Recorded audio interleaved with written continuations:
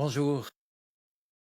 Lorsqu'il y a bien longtemps, j'ai commencé à lire la Bible, assez souvent, je me trouvais face à des textes qui ne pouvaient que m'interroger, tant il est vrai que les expressions que j'y rencontrais ne me parlaient pas, ou en tout cas me semblaient étranges. Alors, j'ai fait ce que j'ai pu, c'est-à-dire j'ai dit Seigneur, aide-moi à comprendre. Et puis j'ai posé des questions à des chrétiens avancés dans la foi. Et c'est ainsi que progressivement, j'ai pu comprendre ce texte étonnant qui se trouve sous la plume de l'apôtre Paul. C'est au chapitre 12 de sa lettre aux Romains. Après avoir décrit les grands axes de la foi chrétienne, Paul en vient à des choses très concrètes. Et c'est ainsi qu'au verset 20, Romains 12, 20, Paul écrit ceci. Si ton ennemi a faim, donne-lui à manger. S'il a soif, donne-lui à boire. Ce sera comme si tu entassais sur sa tête des charbons ardents. Une expression bizarre. L'expression entasser ou placer des charbons ardents sur sa tête est donc pour le moins surprenante, n'est-ce pas? Et spontanément, elle nous paraît chargée d'une certaine violence. On dirait que Paul nous invite à allumer des braises destinées à consumer notre ennemi ou à le jeter en enfer. Eh bien, en réalité, l'apôtre fait allusion à un procédé métallurgique qui était utilisé au temps biblique. En effet, on introduisait le minerai à purifier dans le four où il était disposé sur une couche de charbon embrasé. On entassait littéralement ensuite sur le minerai une autre couche de charbon ardent en vue de faire fondre le métal de manière, bien entendu, à le débarrasser de ses impuretés. Les œuvres charitables, c'est-à-dire les bonnes actions accomplies sous l'impulsion de l'esprit, comme tout simplement donner à manger ou donner à boire, et cela même à ses ennemis. C'est cela que Paul nous invite à poser gratuitement comme geste, comme acte de charité en faveur de notre ennemi. Et cela a pour but, en quelque sorte, pour reprendre l'image, de faire fondre son cœur, afin donc de le purifier des scories de malice ou de préjugés qui l'empêchent de se tourner vers le Seigneur. Paul d'ailleurs, un bon juif connaissant l'Écriture, s'inspire de l'exemple du prophète Élisée. On peut lire ça au deuxième livre des rois, au chapitre 6, les versets 14 à 23. En effet, lorsque le roi de Syrie envoya des hommes pour l'assassiner, il les frappa de confusion et il les conduisit en pleine ville de Samarie.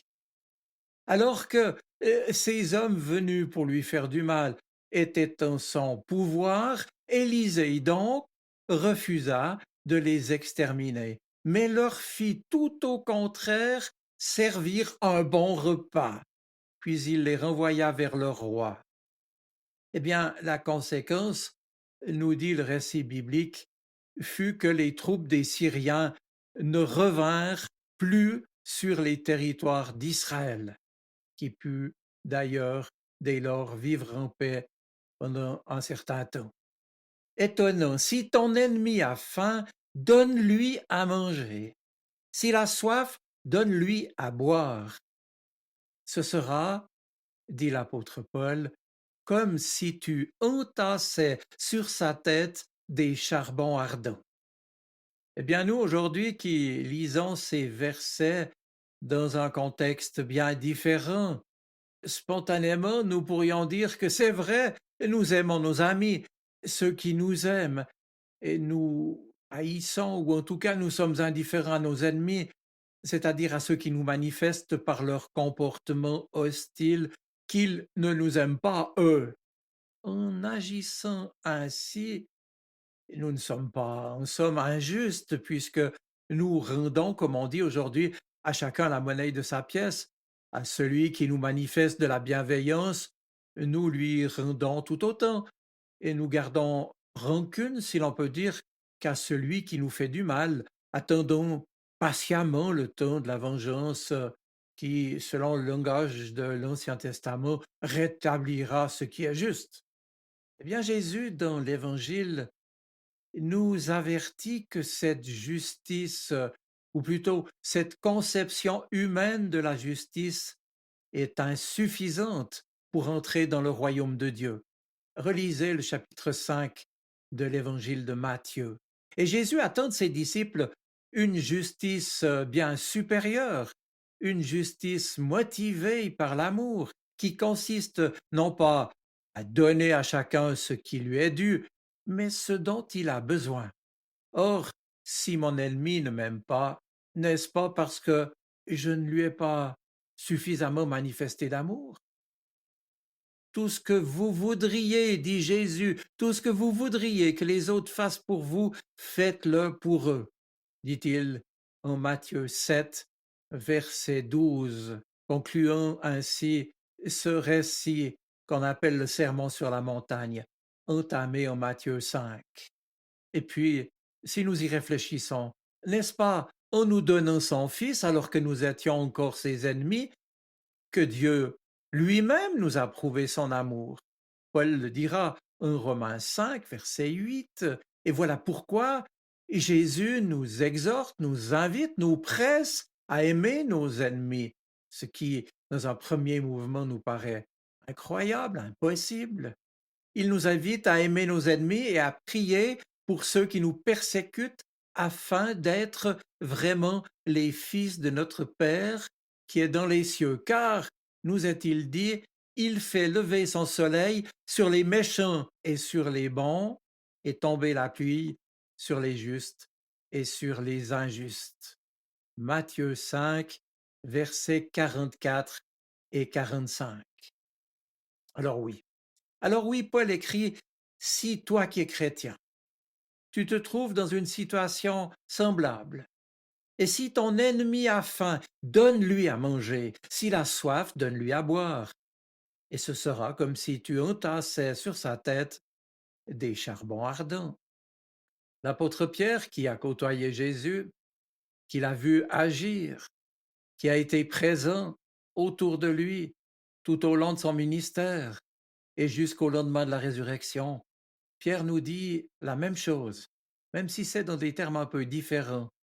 En effet, il écrit dans sa première lettre, chapitre 3, verset 9, ne rendez pas le mal pour le mal, ni l'insulte pour l'insulte. Au contraire, appelez sur les autres la bénédiction, puisque par vocation, dit littéralement le texte, vous devez recevoir en héritage les bénédictions de Dieu.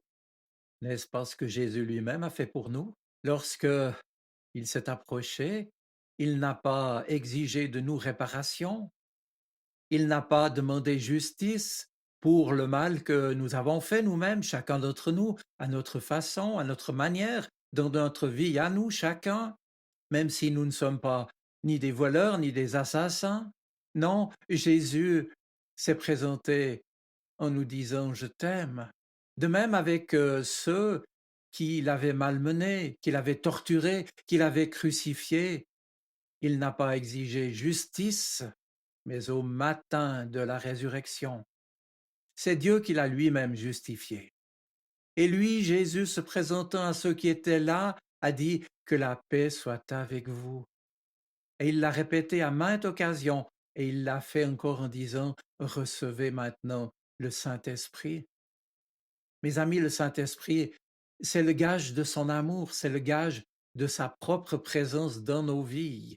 Nous recevons de lui, lorsque nous nous ouvrons à son pardon, nous recevons de lui ce qui nous est nécessaire pour aimer à notre tour et pour remettre à notre tour les fautes de ceux qui nous ont offensés.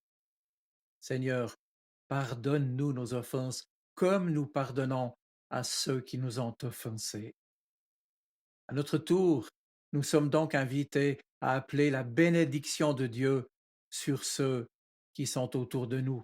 Oui, telle est la mission, d'ailleurs la seule dans le 4e évangile que Jésus ressuscité va donner à ses disciples afin qu'ils poursuivent sa propre mission de réconciliation. Et Paul lui-même dit, nous sommes ambassadeurs pour le Christ, en disant, réconciliez-vous avec Dieu.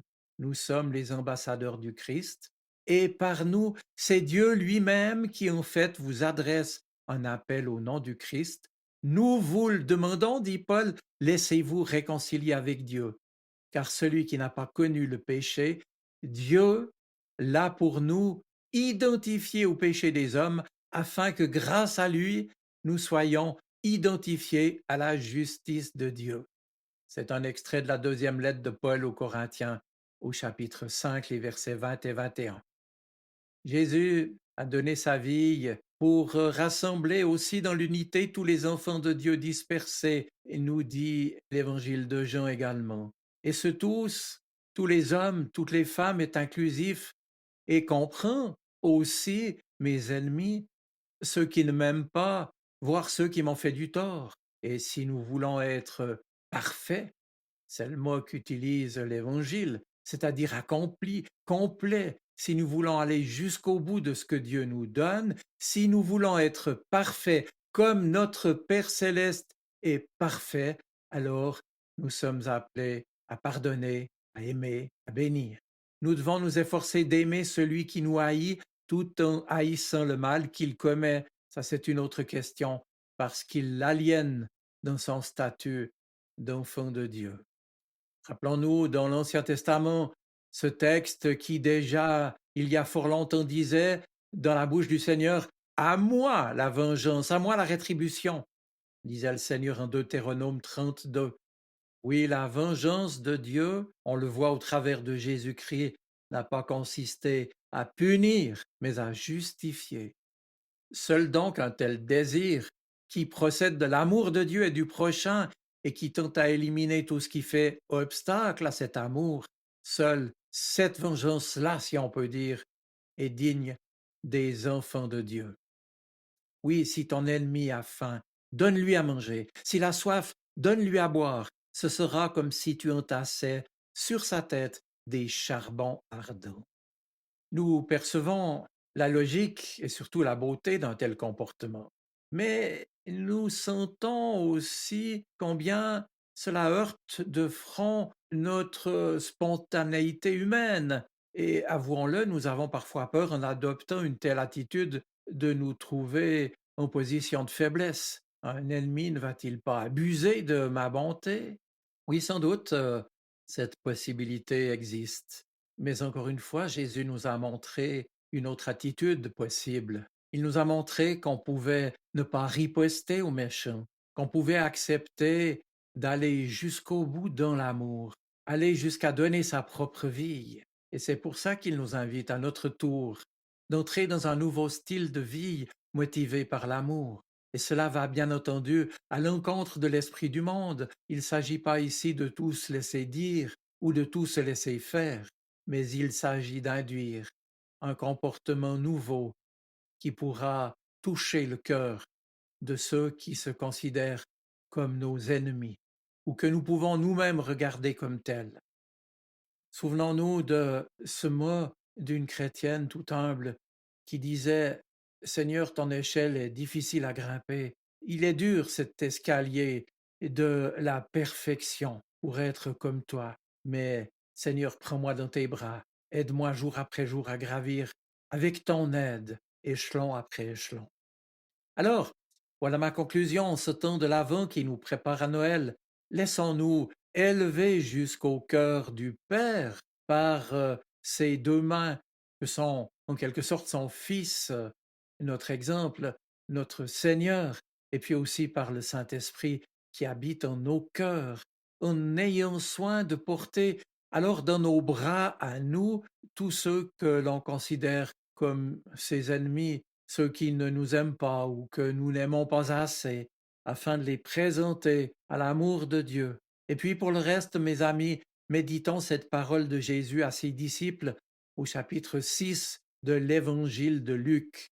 Aimez vos ennemis, faites-leur du bien, vous serez ainsi les fils du Dieu très haut, car il est bon pour les ingrats et les méchants. Oui, soyez pleins de bonté, comme votre Père est plein de bonté. Je vous souhaite une bonne semaine. Soyez bénis. Amen.